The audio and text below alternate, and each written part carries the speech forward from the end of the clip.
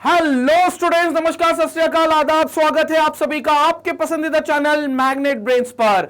मैं अभिषेक अग्रवाल आपका chemistry faculty लेकर आया हूं एक और अमेजिंग, एक और एक्साइटिंग, एक और बहुत ही प्यारा सेशन अपने क्लास 12th के लर्नर्स के लिए, जिसमें फिजिकल केमिस्ट्री का हम आगाज कर चुके हैं, जिसमें हम सबसे इंपॉर्टेंट चैप्टर इलेक्ट्रोकेमिस्ट्री की शुरुआत कर चुके हैं और आज बात करेंगे एक और इंपॉर्टेंट टॉपिक की उसी चैप्टर से, that is representation of an electrochemical cell. बोले तो क्या? Representation of an electrochemical cell. मतलब इलेक्ट्रोकेमिकल सेल को आप रिप्रेजेंट कैसे करोगे।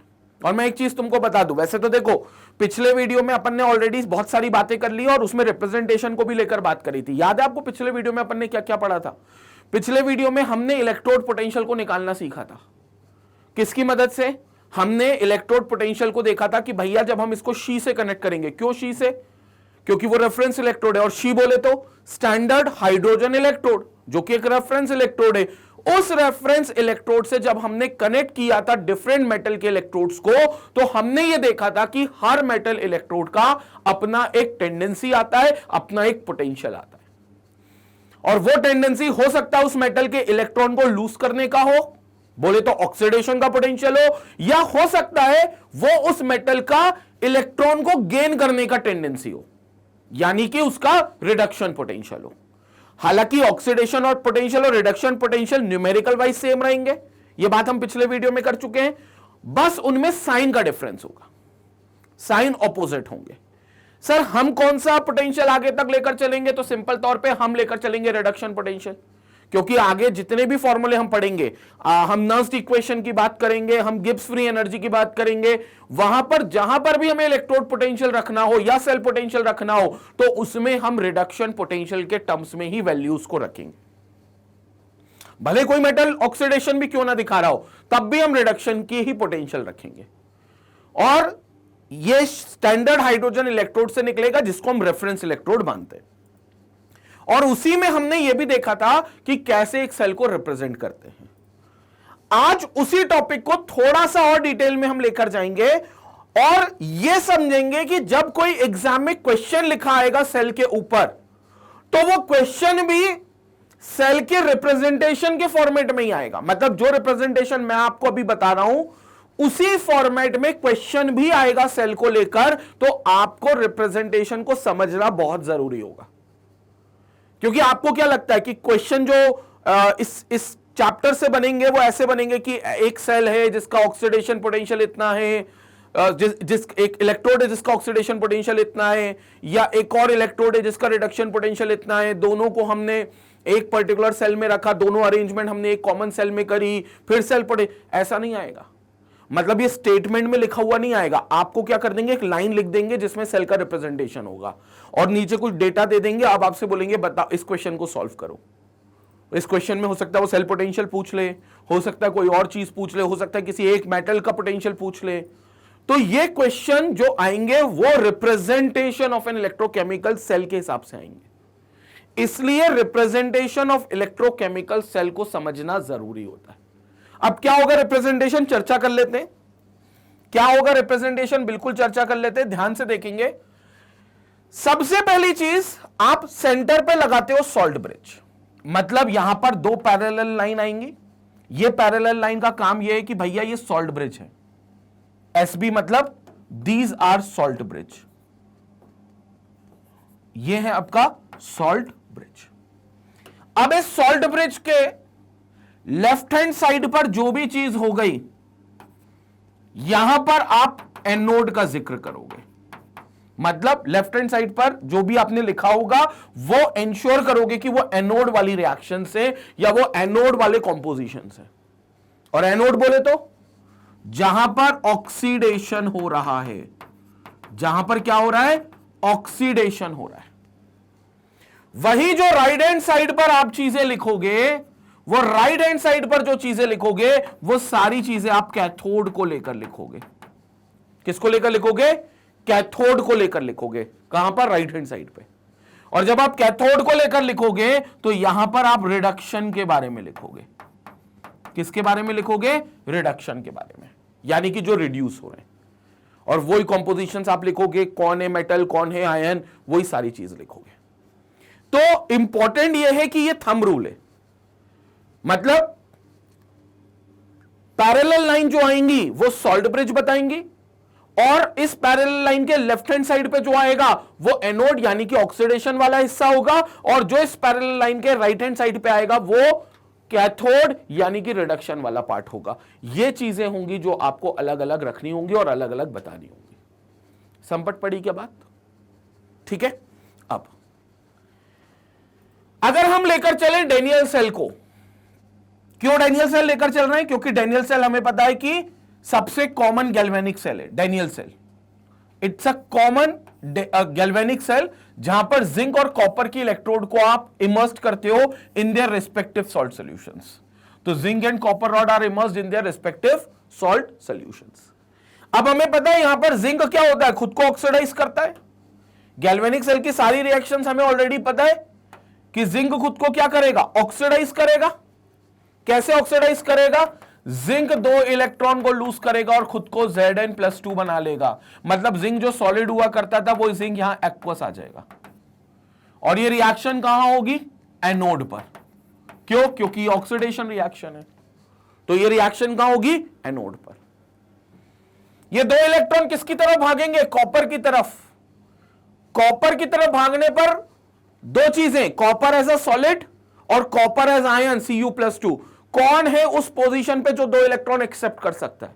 ऑब्वियसली कॉपर+2। कॉपर सॉलिड के तो दम के पर नहीं है ना, क्योंकि कॉपर सॉलिड तो ऑलरेडी न्यूट्रल है, और +2 जो है उनको इलेक्ट्रॉन की आवश्यकता है। तो यहां पर Cu+2 2 इलेक्ट्रॉन को गेन करेगा और खुद को Cu सॉलिड बना लेगा। मतलब जो कॉपर+2 एक्वस हुआ करता था वो अब सॉलिड हो गया। And this is what we called as cathode. इसको अपन कैथोड मान लेंगे। तो ये हो गया आपका कैथोड। तो एक हो गया आपका एनोड, एक हो गया आपका कैथोड, एक हो गया एनोड, एक हो गया कैथोड। क्लियर हो गया? अब बस इसी को आप रिप्रेजेंट कर दो तो representation of an electrochemical cell हो जाएगी। एनोड वाले हिस्से को हम पहले लिखते हैं। तो एनोड वाले हिस्से को क्या देखेंगे? इधर देखेंगे कि जिंक जो था वो पहले सॉलिड हुआ करता था, लेकिन बाद में जाकर वो जिंक का आयन बन गया Zn2+। वहां जिंक का आयन बन गया, देखो Zn2+, जो किस में चला गया? एक्वस में। और जब तुम एक्वस लिखोगे तो इंश्योर कर दो कि इसका कंसंट्रेशन भी लिखोगे, तो कंसंट्रेशन स्टैंडर्ड वाला होगा 1 मोलार। क्योंकि हम जो पोटेंशियल्स निकाल रहे हैं या अभी तक हमने जो पोटेंशियल्स पढ़े वो सारे पोटेंशियल स्टैंडर्ड पोटेंशियल्स पढ़े।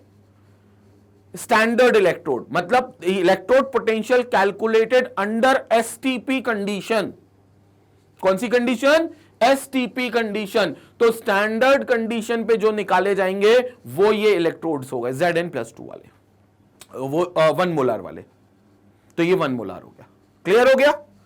हाँ, आगे चलकर आपको नॉन एसटीपी कंडीशन पे भी निकाला जाएगा इलेक्ट्रोड पोटेंशियल। तो फिर नॉन एसटीपी पे जरूरी नहीं है 1 मोलार हो, तो फिर जितना भी मोलार होगा वो यहां लिखोगे। बट कॉमन चीज, इंपॉर्टेंट चीज ये है कि यहां पर आपको लिखना है कंसंट्रेशन जो भी हो। देन पैरेलल लाइन आ गई जो क्या इंडिकेट करेगी कि भैया सॉल्ट ब्रिज से है, क्योंकि एनोड और कैथोड कनेक्टेड जो कंटेनर है आपस में वो सॉल्ट ब्रिज के थ्रू है। तो पैरेलल लाइन विल इंडिकेट कि सॉल्ट ब्रिज है इनके बीच में। और उसके बाद कैथोड का पूरा हिस्सा। अब कैथोड में क्या स्थिति है? कॉपर+2 जो एक्वस हुआ करता था वो रिएक्ट कर रहा है। तो कॉपर+2 जो एक्वस हुआ करता था तो it will be Cu+2 aqueous, और चूंकि एक्वस है तो यहां कंसंट्रेशन भी लिख दो, दैट इज 1 मोलार। क्योंकि कॉपर का भी जो कंसंट्रेशन होगा it has to be 1 molar. तो कॉपर के जो आयंस है जो CuSO4 में के रूप में डिसॉल्व्ड है वहां पर, वो आपके 1 मोलार होंगे। तो वो 1 मोलार अपन ने लिख दिया। नाउ स्लैश किस में कन्वर्ट हो रहा है? Again it is giving back copper as a solid form. तो ये कॉपर सॉलिड आपका बन रहा है। ये हो गया आपका पूरा रिप्रेजेंटेशन एक इलेक्ट्रोकेमिकल सेल का। यहां पर क्योंकि आपकी कैथोड वाली रिएक्शन आ गई जो रिडक्शन कर रही थी, यहां पर आपकी एनोड वाली रिएक्शन आ गई जो ऑक्सीडेशन कर रही थी, और यही रिएक्शन ऊपर लिख रखी थी। यही रिप्रेजेंटेशन है। यह होता है representation of an electrochemical cell. Simple. अब इसमें अगर कोई गैस आ जाती तो क्या होता, और गैस कहां आती है, जैसे हमने एक एग्जांपल देखा है शी के साथ, स्टैंडर्ड हाइड्रोजन इलेक्ट्रोड के साथ। तो शी में हमने क्या देखा था कि हाइड्रोजन की गैस बनती थी वहां पर, और जो हाइड्रोजन की गैस होती थी, तो गैस के बारे में जब भी यहां लिखोगे तो आपको उसका प्रेशर भी लिखना होगा, यह मैंडेटरी है। जैसे आयंस में आप कंसंट्रेशन लिख रहे हो, गैस में आपको प्रेशर लिखना होगा, यह मैंडेटरी है। एक एग्जांपल हम गैस वाला भी ले लेते हैं, बट पहले क्या करो, इसका स्क्रीनशॉट लो, इसके बाद हम आगे चर्चा करते हैं। पहले स्क्रीनशॉट लेंगे।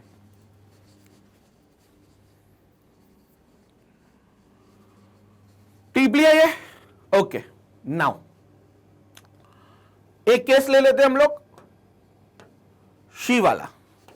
याद है हमने जिंक को शी से कनेक्ट किया था और जिंक का पोटेंशियल निकला था पिछले वीडियो में 0.76 वोल्ट, वो उसका ऑक्सीडेशन पोटेंशियल था। फिर हमने माइनस 0.76 वोल्ट कर लिया था, क्योंकि उसका रिडक्शन पोटेंशियल हमें आगे जरूरत पड़ती है, तो वैल्यू सेम रहेगी, बस माइनस लग जाएगा, तो प्लस 0.76 माइनस 0.76 हो जाएगा। कर चुके हैं ये। और उसी जिंक को इस बार हम कनेक्ट कर रहे हैं शी के साथ। किसके साथ? शी के साथ। तो याद करो, दो कंटेनर हमने लिए थे, एक जिंक का और एक शी का। इसमें आपको याद है वो प्लैटिनम की चिप होती थी, प्लैटिनम का वायर होता था, यहां एक इलेक्ट्रोड होते थे, ये वायर होता था, ये टेस्ट ट्यूब होती थी, इसको HCl में डिसॉल्व करते थे, यहां से हाइड्रोजन गैस लेकर जाते थे, कितने प्रेशर पर? 1 atm पर। याद है सारी चीजें। ये होता था जिंक सल्फेट। पिछला वीडियो जितने लोगों ने अभी तक नहीं देखा, एक बार देखें पिछला वीडियो, बड़ा वीडियो है लेकिन काम का है। ये हो गया जिंक सल्फेट, और ये जो रॉड हो गई, ये रॉड हो गई किसकी? जिंक की, और दोनों को कनेक्ट कर दिया वाया सॉल्ट ब्रिज, तो सॉल्ट ब्रिज लगा दिया दोनों में, और फिर रिएक्शन को होते हुए देखा। तो हमने देखा जिंक इलेक्ट्रॉन लूज कर रहा है और शी इलेक्ट्रॉन को गेन कर रहा है। अब जिंक में दो लोग हैं, याद करो जिंक में दो लोग थे, कौन कौन से थे? एक Zn और एक Zn+2। शी में भी दो लोग थे, एक हाइड्रोजन की गैस और एक H+ का आयन। अब इसमें हमने पढ़ा था कि जिंक और हाइड्रोजन एक दूसरे से कनेक्टेड है प्लैटिनम वायर के थ्रू, और ये दोनों आयंस कनेक्टेड है सॉल्ट ब्रिज के थ्रू। ये सारी चर्चा कर चुके हैं, बस इसलिए मैं बहुत तेजी से चल रहा हूं इसमें, क्योंकि ये सारी चीजें हम ऑलरेडी पिछले वीडियो में देख चुके हैं। अब अगर जिंक इलेक्ट्रॉन लूज कर रहा है तो इन दोनों में से कौन लूज करेगा? जिंक लूज करेगा। तो जिंक ने अपने अंदर से 2 इलेक्ट्रॉन निकाल दिए और कन्वर्ट कर लिया Zn+2 आयन में, यानी कि एक्वस मीडियम में, जो जिंक पहले सॉलिड हुआ करता था, और 2 इलेक्ट्रॉन निकाल लिए। मतलब ये रिएक्शन तुम्हें कहां देखने को मिलेगी? ये रिएक्शन तुम्हें एनोड की तरफ देखने को मिलेगी। वो 2 इलेक्ट्रॉन कहां लपके? वो 2 इलेक्ट्रॉन शी की तरफ लपके। अब शी में कौन बैठा है जो उन 2 इलेक्ट्रॉन को गटक लेगा? कौन बैठा है? हाइड्रोजन गटक लेगा या H+ गटक लेगा? तो खुद दिमाग लगाओ, H+ को इलेक्ट्रॉन की ज्यादा जरूरत है हाइड्रोजन के मुकाबले, H2 के मुकाबले। हाइड्रोजन के आयन को ज्यादा जरूरत है हाइड्रोजन गैस के मुकाबले, तो H+ उन 2 इलेक्ट्रॉन को गटक लेगा। तो H+ कितने? 2H+, क्योंकि 2 इलेक्ट्रॉन आ रहे हैं ना यहां से, तो 2H+ 2 इलेक्ट्रॉन को गटकेंगे तो क्या बन जाएगा? H2 नाम की गैस। मतलब यहां से हाइड्रोजन गैस रिलीज होगी आपको। और ये रिएक्शन क्योंकि गेन ऑफ इलेक्ट्रॉन है, मतलब कैथोड वाली रिएक्शन है, क्योंकि ये रिडक्शन हो रही है। रिडक्शन रिएक्शंस कैथोड पर होती है, तो ये कैथोड वाली हो गई। क्लियर हो गया? बस अब ये जो तुमने रिएक्शंस लिखी इसी को रिप्रेजेंट कर देंगे अपन यहां पर। तो रिप्रेजेंटेशन भी देख लो यहां पर। सबसे पहले बीच में पैरेलल लाइन, बोले तो किसके लिए? सॉल्ट ब्रिज के लिए। तो ये बीच में पैरेलल लाइन आ गई किसके लिए? सॉल्ट ब्रिज के लिए। सॉल्ट ब्रिज के लेफ्ट हैंड साइड पर एनोड, बोले तो ऑक्सीडेशन वाली रिएक्शन, वो देखो वो लिखी है। तो यानी कि जिंक यहां पर क्या बन रहा है? सॉलिड से स्लैश Zn+2 आयन बन रहा है किसमें? एक्वस में, with a concentration of 1 molar अगर STP पर है तो। और अभी तक चूंकि स्टैंडर्ड ही सब कुछ पड़ा है तो STP पर होगा ही, ये मानकर चलना है। नॉन STP पर भी हो सकता है, लेकिन वो आगे पढ़ेंगे अपन, अभी तक नहीं पढ़ा है। अभी वीडियो आएगा उसका नॉन STP की कंडीशन का, बट अभी कंसंट्रेशन 1 मोलार है। जब नॉन STP हो जाएगा तो जो कंसंट्रेशन होगा वो लिख देना। लेकिन मुद्दे की बात यह है कि आपको कंसंट्रेशन यहां लिखना जरूर है, आप उसको छोड़ नहीं सकते। ये हो गया आपका कौन सा हिस्सा, ये हो गया पूरे तरीके से आपका एनोड का हिस्सा, बोले तो ऑक्सीडेशन का हिस्सा। अब यहीं पर आपको क्या लिखना है, इस तरफ कैथोड की चीजें लिखनी है। कैथोड बोले तो ये वाली रिएक्शन का पार्ट। अब इसमें क्या हो रहा है, ये जो 2H प्लस आयन बैठा था ये हाइड्रोजन गैस में कन्वर्ट कर रहा है। तो यहां पर क्या करेंगे, H प्लस आयन जो किसमें एक्वस मीडियम में है, और यहां पर इसका कंसंट्रेशन भी कितना है, 1 मोलार है, क्योंकि जो तुम HCl लेते हो वो HCl भी यहां पर तुम 1 मोलार लेते हो भाई।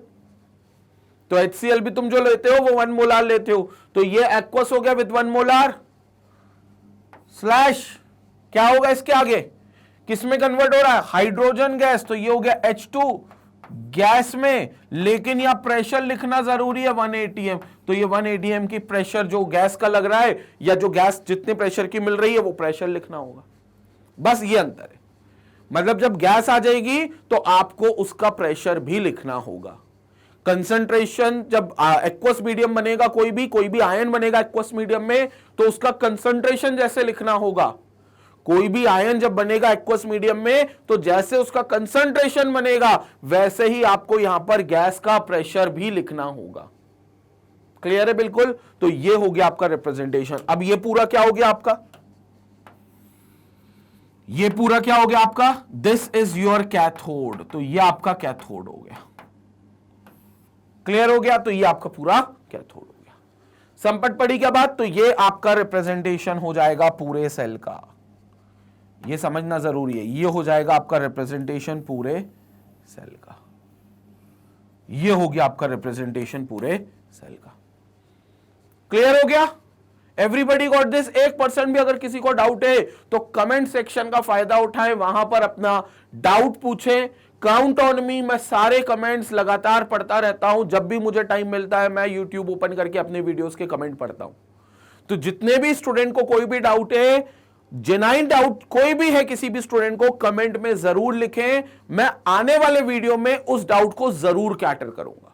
लाइव डाउट सेशंस में तो मैं वैसे भी डाउट्स लेता ही हूं, लेकिन आगे चलकर मैं वीडियोस में भी डाउट्स आपके लेने लगूंगा और आपके नाम के साथ आपके डाउट्स आपको पता चलेंगे। क्लियर हो गया। इसलिए डाउट्स का पूछो, जितने डाउट्स पूछोगे उतनी तुम्हारी केमिस्ट्री स्ट्रांग होगी। ये वाली चीज क्लियर हो गई, रिप्रेजेंटेशन समझ में आ गया। अब मैं रिप्रेजेंटेशन पर इतना क्यों उतावला हो रहा हूं कि मैंने तुमको एक अलग से वीडियो बनाया रिप्रेजेंटेशन का, जबकि रिप्रेजेंटेशन में एक बार बता चुका था। क्योंकि जो क्वेश्चन आएगा ना कभी एग्जाम में, या कॉम्पिटिटिव एग्जाम की बात करो, JEE की मेंस के पेपर की बात करो या नीट के पेपर की बात करो, तो इसके ऊपर जो क्वेश्चंस आते हैं इलेक्ट्रोड पोटेंशियल्स के ऊपर, वो जनरली क्वेश्चन इस फॉर्मेट में लिख देते हैं बस, और नीचे 1-2 लाइन लिख देंगे जो उनको पूछना है या जो उनको डेटा देना है बस उसका। तो आपको पूरा क्वेश्चन इस एक्सप्रेशन में समझ में आना चाहिए कि क्या हो रहा है। मतलब वो जो क्वेश्चन दिया है जिस सेल के करस्पॉन्डिंग में, उस सेल में क्या क्या हो रहा होगा, ये चीज आपको पूरी यहां पर समझ में आ जानी चाहिए। पूरी यहां पर समझ में आ जानी चाहिए। अगर यहां समझ में नहीं आएगी तो फिर आपको दिक्कत होगी, फिर आप वो सवाल नहीं लगा पाओगे। संपट पड़ी क्या मेरी बात। तो वो सवाल वहां लगाना है और समझना है, तो ये रिप्रेजेंटेशन क्लियर होना चाहिए। लगभग किसके बाद टीपेंगे, इसको टीपेंगे, क्योंकि इसके बाद हम लोग देखने वाले हैं कुछ मेमोरी टिप्स। मतलब क्या होता है एनोड, क्या होता है कैथोड, याद कैसे रखें, क्या करना है, वो सारे टिप्स मैं आपको बताता हूं। बट पहले क्या करो, इसका जल्दी से स्क्रीनशॉट लो।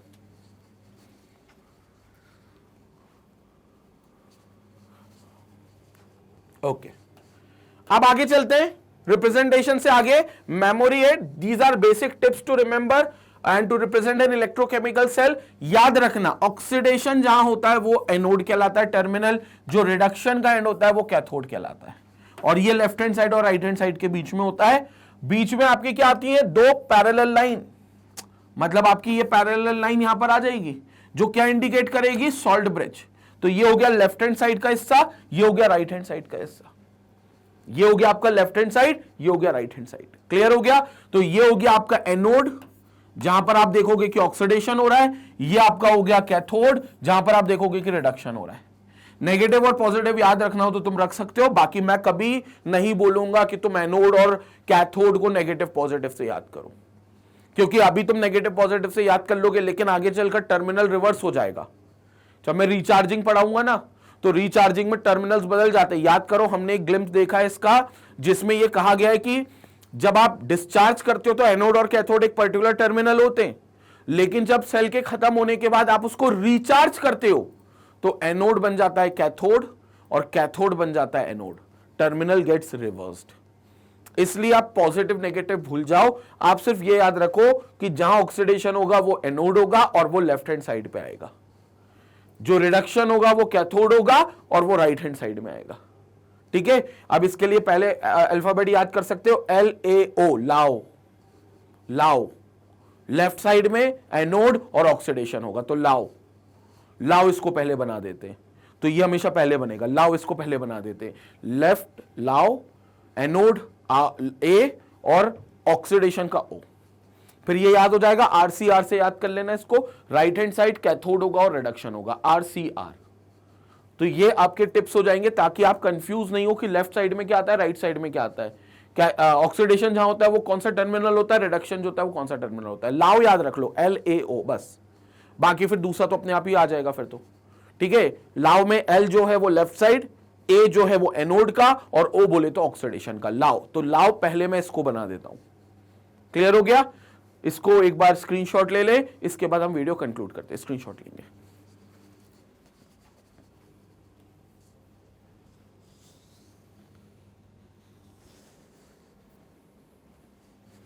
ओके चलो, सो आई होप ये वीडियो आपको समझ में आया होगा और इसकी इंपॉर्टेंस आपको समझ में आई होगी कि कैसे हम रिप्रेजेंट करते हैं किसी भी इलेक्ट्रोकेमिकल सेल को और रिप्रेजेंट करना क्यों जरूरी होता है। ये सारी चीजें आप समझ गए होंगे। अगले वीडियो में हम क्या देखने वाले हैं, अगले वीडियो में हम लोग इसी पार्ट को आगे लेकर जाएंगे और पढ़ेंगे सबसे इंपॉर्टेंट टॉपिक इस चैप्टर का, वो है इलेक्ट्रोकेमिकल सीरीज, जिसमें हम हर मेटल को शी से कनेक्ट करके देखेंगे कि उसका इलेक्ट्रोड पोटेंशियल क्या आ सकता है और उस इलेक्ट्रोड पोटेंशियल के आधार पर उसे एक पर्टिकुलर इंक्रीजिंग और डिक्रीजिंग ऑर्डर में अरेंज करेंगे। जब अरेंज करने के बाद वो मेटल एक पर्टिकुलर श्रृंखला बनाएंगे, एक पर्टिकुलर सीरीज बनाएंगे, तो उस सीरीज को इलेक्ट्रोकेमिकल सीरीज कह देंगे। क्या करना है, सिंपल मेटल को लेना है, इलेक्ट्रोड को, उसका उस मेटल इलेक्ट्रोड को, उसका इलेक्ट्रोड पोटेंशियल निकालना है शी से कनेक्ट कर करके। मतलब सोडियम लाए शी से कनेक्ट कर दिया, लिथियम लाए शी से कनेक्ट कर दिया, मैग्नीशियम लाए शी से कनेक्ट कर दिया, कैल्शियम लाए शी से कनेक्ट कर दिया, आयरन लाए शी से कनेक्ट कर दिया और सबके पोटेंशियल्स निकाल लिए। सबके पोटेंशियल्स को एक ऑर्डर में अरेंज किया, इंक्रीजिंग डिक्रीजिंग तुम्हारे ऊपर है। अब वो जो मेटल लाइन से लिख दिए तुमने एक पर्टिकुलर ऑर्डर में, वो ऑर्डर बन जाती है इलेक्ट्रोकेमिकल सीरीज। इसकी चर्चा करेंगे हम अगले वीडियो में, चर्चा करेंगे। समझ पड़ी क्या बात? और ये बात ध्यान रखना कि अब आप YouTube के साथ साथ magnetbrains.com पर भी अब सारे वीडियोस को एक्सेस कर सकते हो। इनफैक्ट magnetbrains.com पे एक एज और मिलता है आपको कि यहां पर एक ऑर्गेनाइज्ड प्लेलिस्ट है आपके पास, जिसको आप प्रॉपरली एक्सेस कर सकते हो और टॉपिक बाय टॉपिक आप इसको पढ़कर अपनी पढ़ाई पूरी कर सकते हो। करना कि आपको magnetbrains.com पर जाना है, आपको सारे कोर्सेज, सारे टीचर्स के सब कुछ आपको वहां पर मिल जाएंगे। यहां पर अगर आप देखोगे तो आपको 12th केमिस्ट्री का भी एक सेक्शन मिलेगा जिसमें अपना फोटो लगा होगा। तो 12th केमिस्ट्री के उस सेक्शन पर आपको आना है। जैसे ही आप उस सेक्शन पर आओगे तो ऐसा कोर्स ओपन हो जाएगा और ये सारे चैप्टर आ जाएंगे। तो वॉच चैप्टर वाइज वीडियोस यहां पर लिए हुए, ये पूरे चैप्टर आपके आ जाएंगे। इसमें प्लस साइन पर आप जैसे ही क्लिक करोगे तो इसके टॉपिक्स आ जाएंगे नीचे, प्रॉपर इसके नीचे टॉपिक्स बने हुए आ जाएंगे और फिर आप किसी भी टॉपिक को इस तरीके से प्ले करते हैं तो ये आपका वीडियो इस तरीके से चलेगा magnetbrains.com की वेबसाइट पे। और मैं बता दूं ये YouTube से ज्यादा बेहतर है, क्योंकि देखो YouTube में एक ड्रॉबैक है, आपको बीच में ऐड आते हैं काफी, और ऐड आते हैं तो कई बार हम डिस्ट्रैक्ट हो जाते हैं। तो हमने शुरू कहां से किया था और हम पहुंच किस वीडियो पे गए तुमको पता भी नहीं चलेगा। उन डिस्ट्रैक्शन से बचने के लिए तुम magnetbrains.com पर विजिट करके भी ये लेक्चर्स देख सकते हो।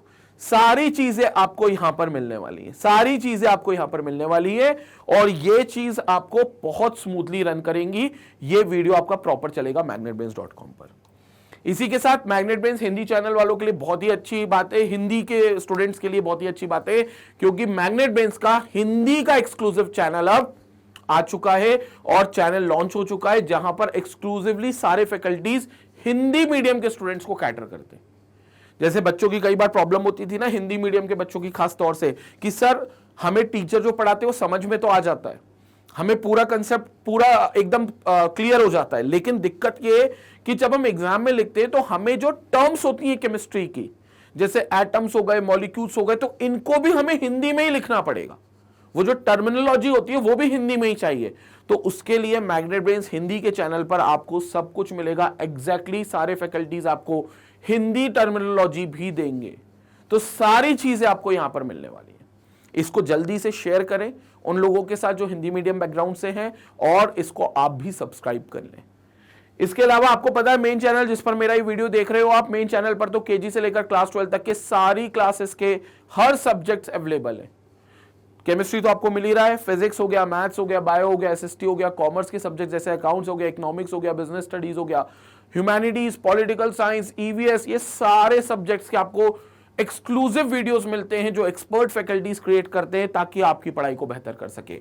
और ये पूरा कोर्स आपको फ्री मिलता है। यहां ऐसा नहीं है कि 2 चैप्टर के बाद आपको बाकी कोर्स का पैसा देना है, पूरा कोर्स एक्सक्लूसिवली फ्री मिलता है आपको। तो जल्दी से जाएं, अगर अभी तक सब्सक्राइब नहीं किया तो चैनल को पहले सब्सक्राइब करें। ये वीडियो पसंद आई है तो लाइक का बटन जरूर दबाएं और शेयर करें उन लोगों के साथ जिनको रिप्रेजेंटेशन ऑफ इलेक्ट्रोकेमिकल सेल में थोड़ा भी डाउट है, उन सबके साथ इसको शेयर करें। मैग्नेट ब्रेन्स की टीम को इसी तरीके से सपोर्ट देते रहें, अपनी पढ़ाई मैग्नेट ब्रेन्स के साथ जारी रखें। Stay connected, stay educated. Thank you so much.